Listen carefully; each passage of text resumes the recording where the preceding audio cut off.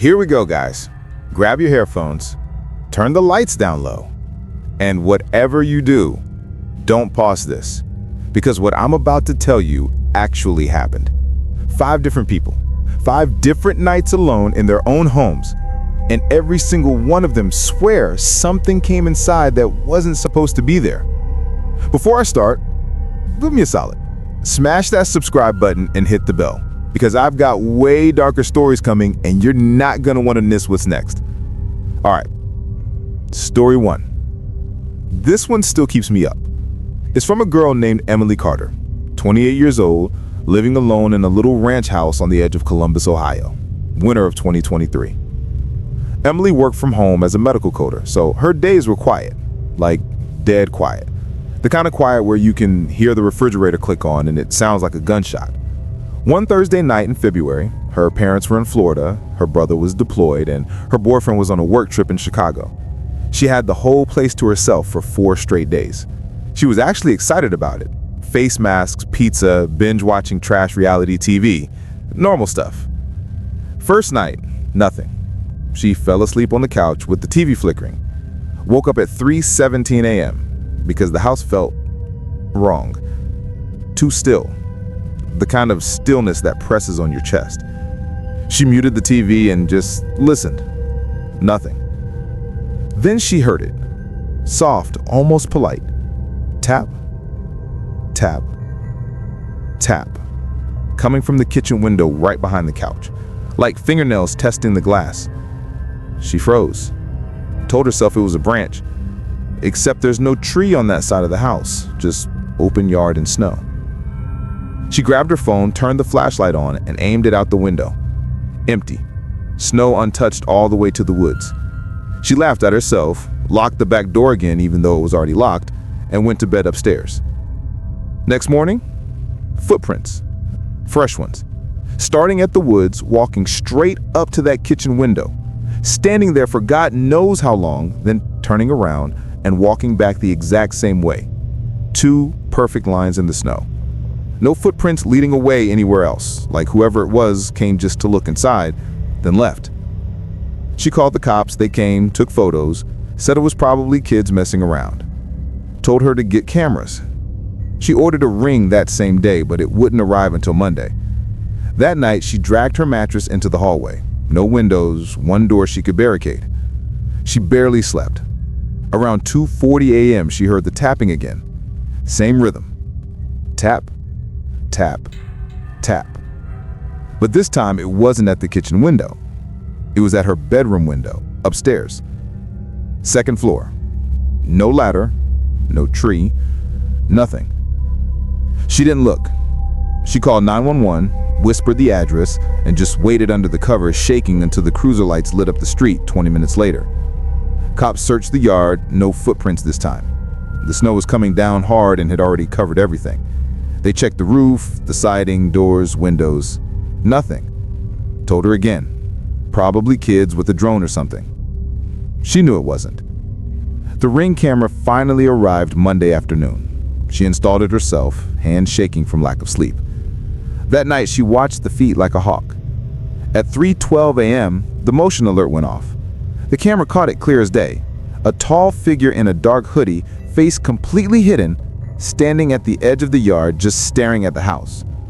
No flashlight, no phone glow, nothing.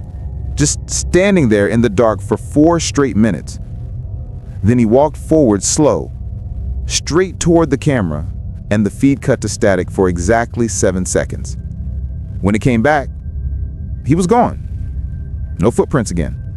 The snow was still falling, but not hard enough to erase them that fast. Emily moved out 2 days later. She still won't drive past that house. Story 2. This one's from a guy named Marcus Reed in Tacoma, Washington. Single dad, his daughter was with her mom for the weekend. He's a big dude, ex-Marine, not afraid of much. He actually laughed when his buddies told him to be careful alone in that big house. Friday night, he's playing Call of Duty, headset on, yelling at 12-year-olds online. Takes the headset off around 1 a.m. to grab a beer and hears breathing. Not his. Heavy, wet breathing coming from the baby monitor on the kitchen counter. His daughter wasn't even home, but the monitor was still on because he's a dad and forgets to turn it off. The camera in her room showed the empty crib, but the breathing kept going. Slow. In and out. Like someone was standing right over it. He grabbed his Glock, went upstairs, cleared every room. Nothing. Unplugged the monitor, threw it in the garage. Went back to gaming. An hour later, the breathing started again. But this time, it was coming from inside his headset. Same rhythm. He ripped it off and heard it still. Faint, like it was coming through the walls now. He spent the rest of the night on the front porch with the lights on and his pistol in his lap. At dawn, he found the baby monitor in the garage, turned back on, sitting neatly on the workbench, camera pointed straight at the door that leads into the house. He sold the house 6 weeks later. The new owners have a baby now. Marcus won't say the address. Story 3. Sarah Kim, 24, grad student in Austin, Texas. Lives in a second-floor apartment alone, one of those old buildings with the big sash windows and the fire escape right outside the bedroom. She started noticing her stuff moved, tiny things. Her laptop charger coiled differently. Her coffee mug turned handle out when she always leaves it handle in. She blamed early onset OCD or whatever. Then one night she woke up at 4 a.m. needing water. As she walked past the bedroom, she saw the window was open 6 inches. She never opens that window. Fire escape creeps her out. She closed and locked it, heart pounding. Checked the locks twice. Next morning, window open again. Same 6 inches. This time, there was a perfect handprint on the inside of the glass. Adult male size. No smudges, no streaks. Just 5 fingers and a palm like someone pressed it there to look in. She called maintenance. They said nobody had keys except her and management. Changed the locks anyway. That night, she set up her phone to record the bedroom all night. Went to sleep on the couch. At 3:33 a.m., you hear the window slide open on the video. Slow. Deliberate. Then nothing for 9 minutes. Just the curtain moving a little. Then the video catches it. Bare feet stepping down from the windowsill onto our carpet. Jeans. Bare feet. No face in frame.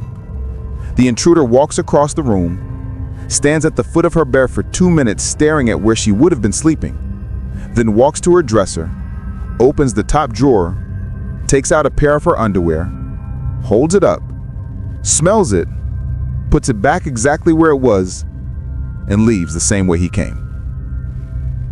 Sarah didn't watch the video until the next day. She was already staying at a friend's place. Cops dusted for prints. Nothing. No DNA, no fibers. The guy wore gloves and never touched anything with bare skin except that one handprint on the glass. She moved back to her parents' house in Houston the same week. Still sleeps with the lights on. Story 4. Derek Morrison, 31, night shift nurse in Portland, Oregon. Lives in a basement apartment, only one door, one egress window.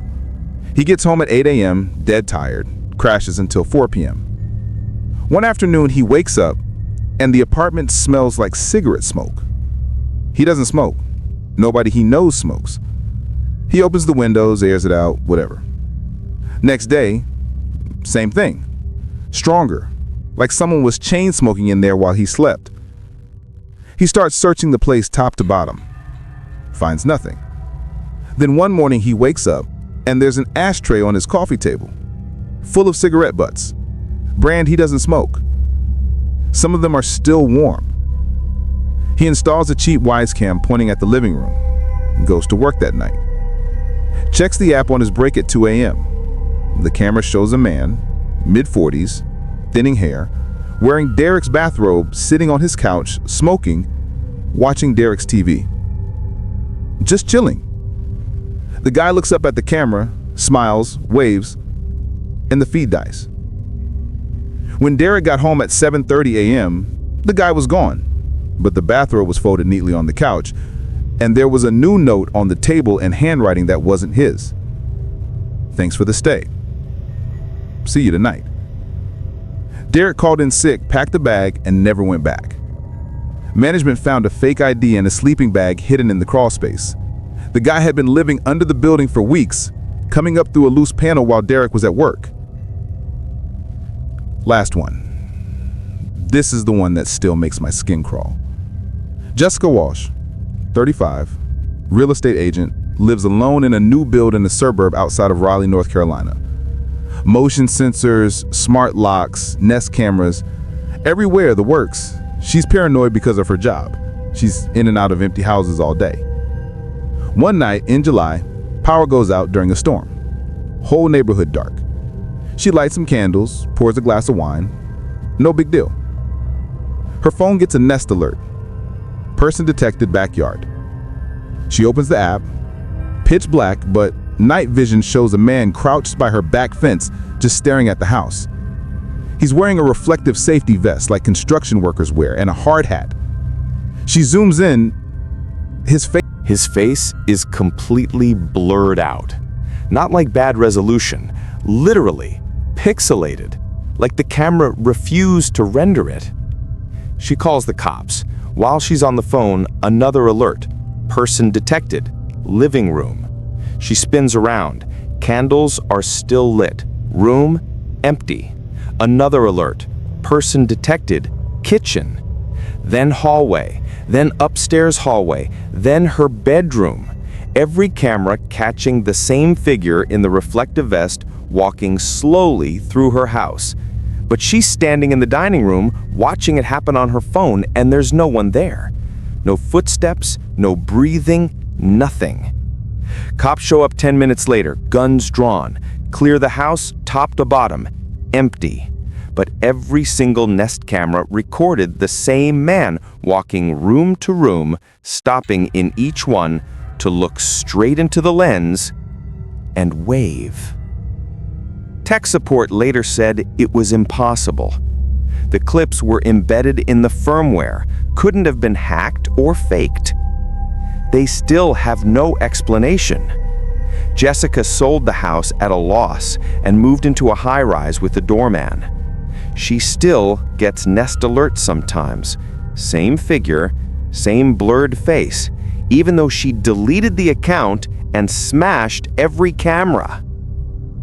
So yeah, 5 real people, 5 empty homes that weren't actually empty.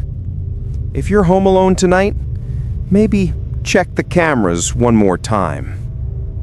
Sleep tight.